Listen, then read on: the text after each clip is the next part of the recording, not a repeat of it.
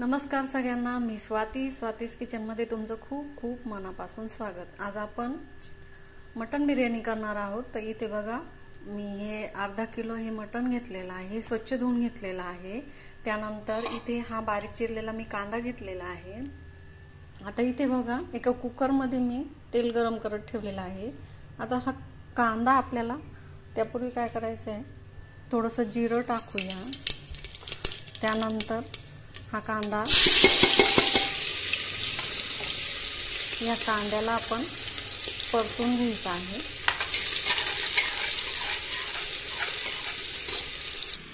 आता बघा, हा कांदा आपला परतला आहे। त्यामध्ये आपण थोडीशी हळद टाकूया।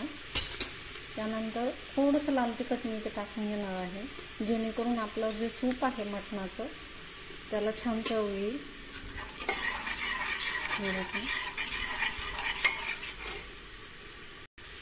आता यामध्ये आपलं हे जे स्वच्छ धुतलेलं मटण आहे ते टाकूया। आपलं मटण शिजतंय तोपर्यंत आपण वाटण तयार करून घेणार आहोत।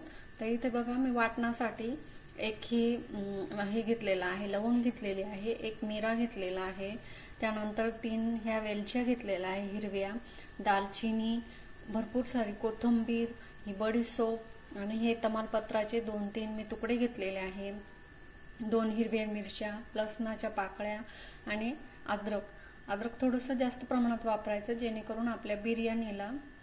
आता इथे बघा, हे आपलं मटण आता आपण अर्धवट असं शिजवून घेतलेलं आहे।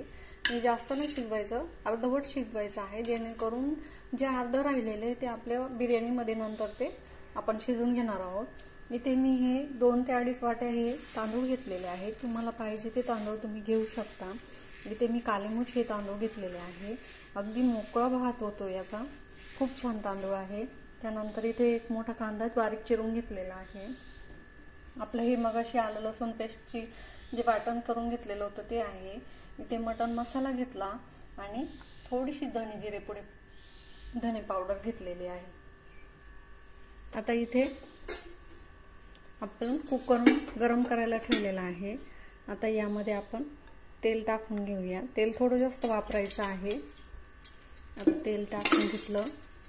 आता बघा, इथे आपलं तेल तापलेलं आहे। आता यामध्ये काय करूया, हा बारीक चिरलेला जो कांदा आहे तो टाकूया।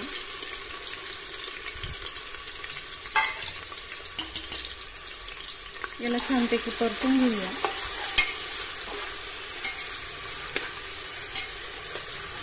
त्यानंतर आलं लसूण पेस्ट केलेली होती आपण ही टाकूया यामध्ये।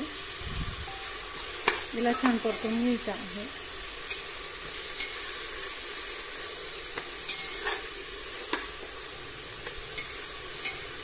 आता याला छान आपण परतून घेणार। आता बघा, इथे कांदा परतून झालेला आहे आपला। आता यामध्ये आपण हळद टाकूया।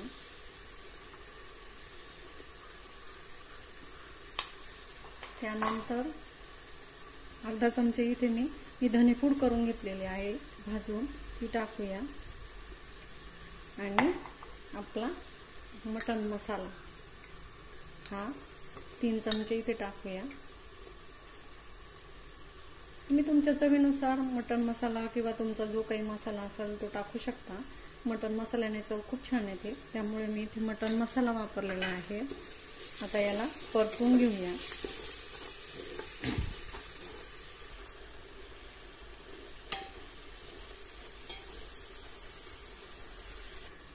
आता आपला मसाला परतला आहे, तर यामध्ये आपण आपला जो तांदूळ आहे तो टाकूया। हा तांदूळ मी स्वच्छ हे घेतलेला आहे, निवडून आणि पुसून घेतलेला आहे। याला धुतल्यानंतर मसाला चिटकत नाही, त्यामुळे मी तांदूळ अजिबात धुतलेला नाहीये। आता याला छानपैकी अशा पद्धतीने परतून घेऊया।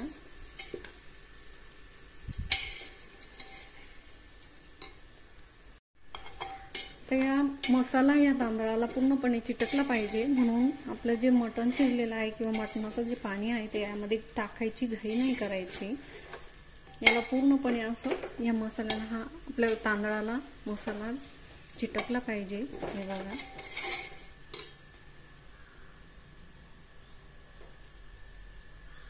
आता आपलं तांदूळ मस्तपैकी परतून झालेला आहे.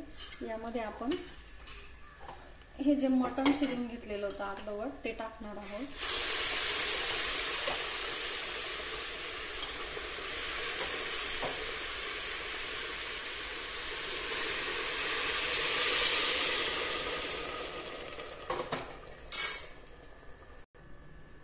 आता आपण मटणाचं पाणी आणि हे मटण यामध्ये टाकून घेतलेलं आहे. वा, कलर बघा किती सुंदर आलेला आहे. तुम्ही बघा. आता याला मिक्स करूया आणि झाकण ठेवून याला 2 शिट्ट्या मी आता काढून घेणार आहे. चला तर मग आपली ही मस्तपैकी गरमागरम बिर्याणी, मटण बिर्याणी तयार झालेली आहे. बघा तुम्ही किती सुंदर दिसते आहे. रंग बघा किती छान आलेला आहे. माझी मटण बिर्याणीची रेसिपी कशी वाटली कमेंटमध्ये नक्की करून सांगा. तोपर्यंत खात राहा, खुश राहा, मस्त राहा आणि स्वस्त राहा. थँक्यू.